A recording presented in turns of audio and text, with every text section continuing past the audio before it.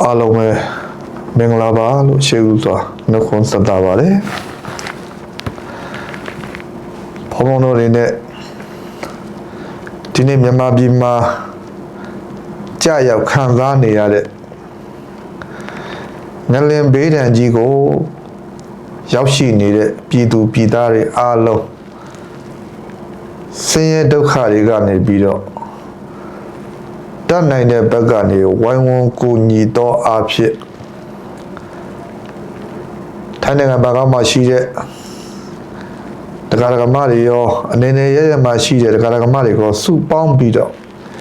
မျှဝေစိတ်တူတွဲလက်ကူလို့ဆိုတဲ့အစီအစဉ်လေးတစ်ရက်နဲ့မြန်မာပြည်ရဲ့ငလင်ဘေးကြီးကိုကူညီဖို့လှုံ့ဆော်နေတာရှိပါတယ်ကူညီဖို့လှုံ့ဆော်တဲ့နေရာမှာအင်တာနက် online ကနေပြီးတော့အလူခံထားတဲ့အပိုင်းတွေကိုမနေ့ကအလူရှင်19ဦးထိကြေညာပြီးတာရှိပါတယ်အလူခံခဲ့တဲ့အပိုင်းမှာလည်းပဲ28ရက်နေ့ငလင်ဖြစ်ပြီးတော့29ရက်နေ့ကနေစပြီးတော့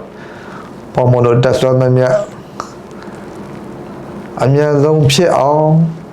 ထိထိရောက်ကူညီနိုင်အောင်ဆိုပြီးတော့29ရက်နေ့မှာစပြီးတော့အလူခံခဲ့တာရှိပါတယ်အဲ့တော့ဒီနေ့မှာအလူရှင်နံပါတ်20ကနေစပြီးတော့ဒီနေ့အတိတ်ရရှိထားတဲ့အလူရှင်စာရင်းလေးကိုဘုံဘုံတို့ဖတ်ကြားပေးပါမယ်ရှင်းတော်နေရပြည့်အလူရှင်မဝိုင်းမိသားစုမှအလူတော်ငွေဘတ်တရားကိုလူဒန်းထားတာရှိပါတယ်နောက်တစ်ဦးအနေနဲ့မဆန္ဒမိုးမိသားစုမှအလူတော်ငွေ900ဘတ်ကို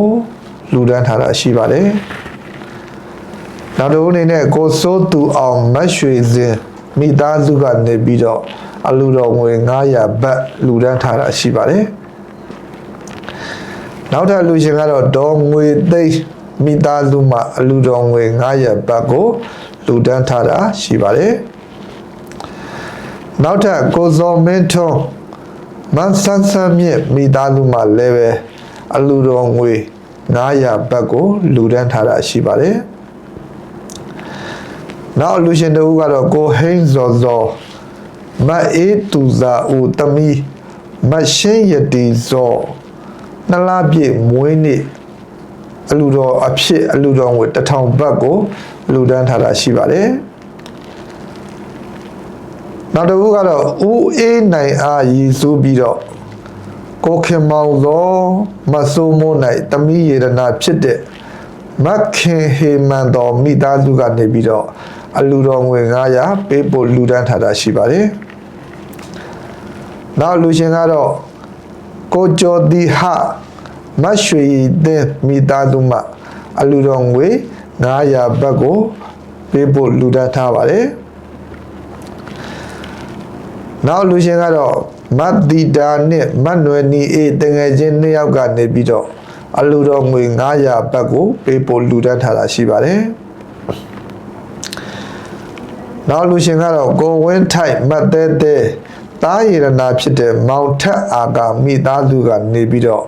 အလူတော်ငွေမြန်မာငွေ3သိန်းကျပ်ကိုပေးဖို့လူဒန်းထားပါတယ်နောက်လူရှင်ကတော့ကိုအောင်ဆန်လေးမတ်နော်အေခင်မိသားစုကနေပြီးတော့အလူတော်ငွေ1000ဘတ်ကိုပေးဖို့လူဒန်းထားပါတယ်နောက်လူရှင်ကတော့မတ်တဲတဲနဲ့မြစ်တာရှင်အလျှောလေးများနဲ့အတူရှစ်တငယ်ချင်းလေးများမှအလူတော်ငွေ9500ဘတ်ကိုပေးဖို့လူဒန်းထားတာရှိပါတယ်နောက်လူရှင်ကတော့စင်ကာပူနိုင်ငံမှာနေထိုင်တဲ့မတ်ရှိုတလင်းမိသားစုကနေပြီးတော့အလူတော်ငွေအနေဖြင့်မြန်မာငွေ2သိန်းကျပ်ကိုပေးဖို့လူဒန်းထားပါတယ်နောက်ထပ်လူရှင်ကတော့ကိုမျိုးမယူတာရဏဖြစ်တဲ့မောင်မြင့်မြတ်မိသားစုကနေပြီးတော့အလူတော်ငွေ1000ဘတ်ကိုပေးဖို့လူဒန်းထားပါတယ်နောက်လူရှင်ကတော့ကိုတန်းစောအိုးမခတ်ဝေမိသားစုကနေပြီးတော့ အလူတော်ငွေ1000ဘတ်ကိုပေးဖို့လူဒန်းထားတာရှိပါတယ်နောက်ထပ်အလူရှင်ကတော့မတ်ဆန်းမော်ထေးခေါ်မတ်ထေးမိသားစုကနေပြီးတော့အလူတော်ငွေ1000ဘတ်ကိုပေးဖို့လူဒန်းထားပါတယ်နောက်ထပ်အလူရှင်ကတော့မတ်တီတာထေးမိသားစုကနေပြီးတော့အလူတော်ငွေ900ဘတ်ပေးဖို့လူဒန်းထားပါတယ်နောက်ထပ်လူရှင်ကတော့မောင်ရဲလင်းကိုမတ်တင်ဇာဝင်းမိသားစုကနေပြီးတော့အလူတော်ငွေ900ဘတ်ကိုပေးဖို့လူဒန်းထားတာရှိပါတယ်နောက်ထပ်လူရှင်ကတော့မတ်ရှိုအေးမိသားစုကနေပြီးတော့အလူတော်ငွေ100ဘတ်ကိုပေးဖို့လူဒန်းထားတာရှိပါတယ်နောက်ထပ်လူရှင်ဖြစ်တဲ့ဦးတန်းစောမတ်စန္ဒာနဲ့9ရက်သားသမီးမိသားစုများမှနဲ့အလူတော်ငွေ900ဘတ်ကိုပေးဖို့လူဒန်းထားတာရှိပါတယ်နောက်ထပ်လူရှင်ဖြစ်တဲ့မောင်အေးမင်းအောင်မိသားစုကနေပြီးတော့အလူတော်ငွေ1000ဘတ်ကိုပေးဖို့လူဒန်းထားပါတယ်နောက်ထပ်လူရှင်ဖြစ်တဲ့ကိုဇော်ဇော်မျိုးမတ်စင်မျိုးအေးတာရနာဖြစ်တဲ့မောင်ထိုက်တအောင်မိသားစုကနေပြီးတော့အလူတော်ငွေ900ဘတ်ကိုပေးဖို့လူဒန်းထားတာရှိပါတယ်နောက်ထပ်လူရှင်ဖြစ်တဲ့ကိုလာထေးအောင်မဝလာနွယ်ဝင်းတမိရနာဖြစ်တဲ့မတ်အင်ဂျင်ဖြူမိသားစုကနေပြီးတော့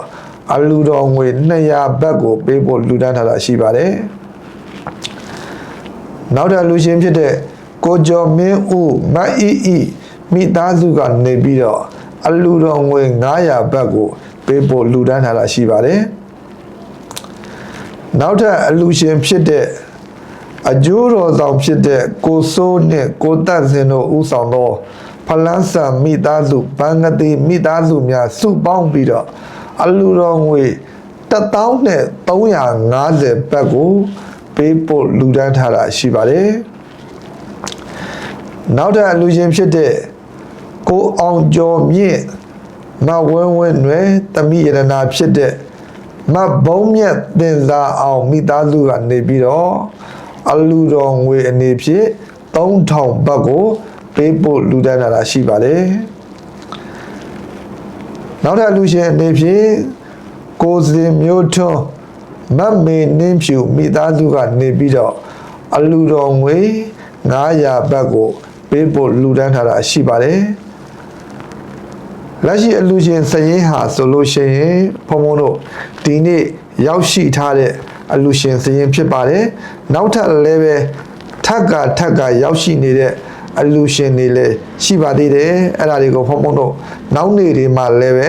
စရင်တွေတင်ပြပြီးတော့ online ပေါ်ကနေပြီးတော့ရှာပြပေးပါမယ်ဖုံဖုံတို့ဘာကြောင့်ဒီလိုလုပ်ရတယ်လဲဆိုတော့လက်ရှိရှိနေတဲ့ငလင်ဘေးဒဏ်ကိုခံစားနေရတဲ့ပြည်သူတွေစီကိုဖုံဖုံတို့တကယ်လိုအပ်နေတဲ့နေရာကိုတကယ်ထိရောက်လှူဒန်းနိုင်အောင်ဆိုပြီးတော့ဖုံဖုံတို့ဘန်ကောက်မှာရှိတဲ့တရားတော်မတွေစုပေါင်းပြီးတော့အနေနဲ့ရမှာရှိတဲ့ပေးဖို့လှူဒန်းလာတဲ့အလူငွေတွေကို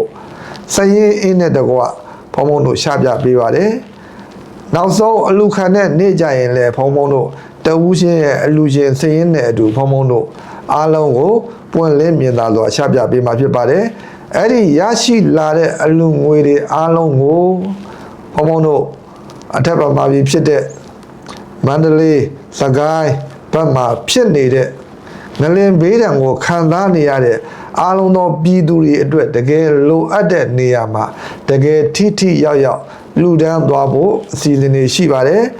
အဲ့ဒီလိုလူဒန်းနိုင်ဖို့လည်းပဲမြန်မာပြည်မှာရှိတဲ့ပုဂ္ဂိုလ်တွေနဲ့ကောဖုံဖုံတို့ဒီမှာရှိတဲ့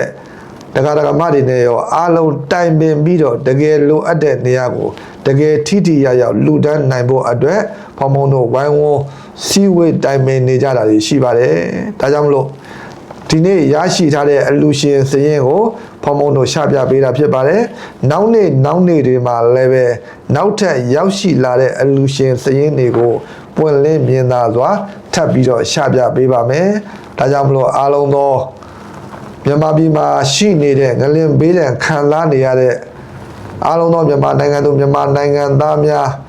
လက်ရှိခံစားနေရတဲ့ငလင်ဘေးဒဏ်ဒုက္ခကြီးကနေပြီးတော့အမြန်ဆုံးလွတ်မြောက်နိုင်ပါစေလို့တောင်းစုပြုရင်းနဲ့ဖောင်မောင်တို့ဒီနေ့ပြောတဲ့စကားဒီကုန်းချုပ်ပါတယ်အားလုံးကိုစိတ်တပြဘေးရန်ကွာရဲ့လိုအပ်ဆန္ဒများပြည့်စုံနိုင်ကြပါစေ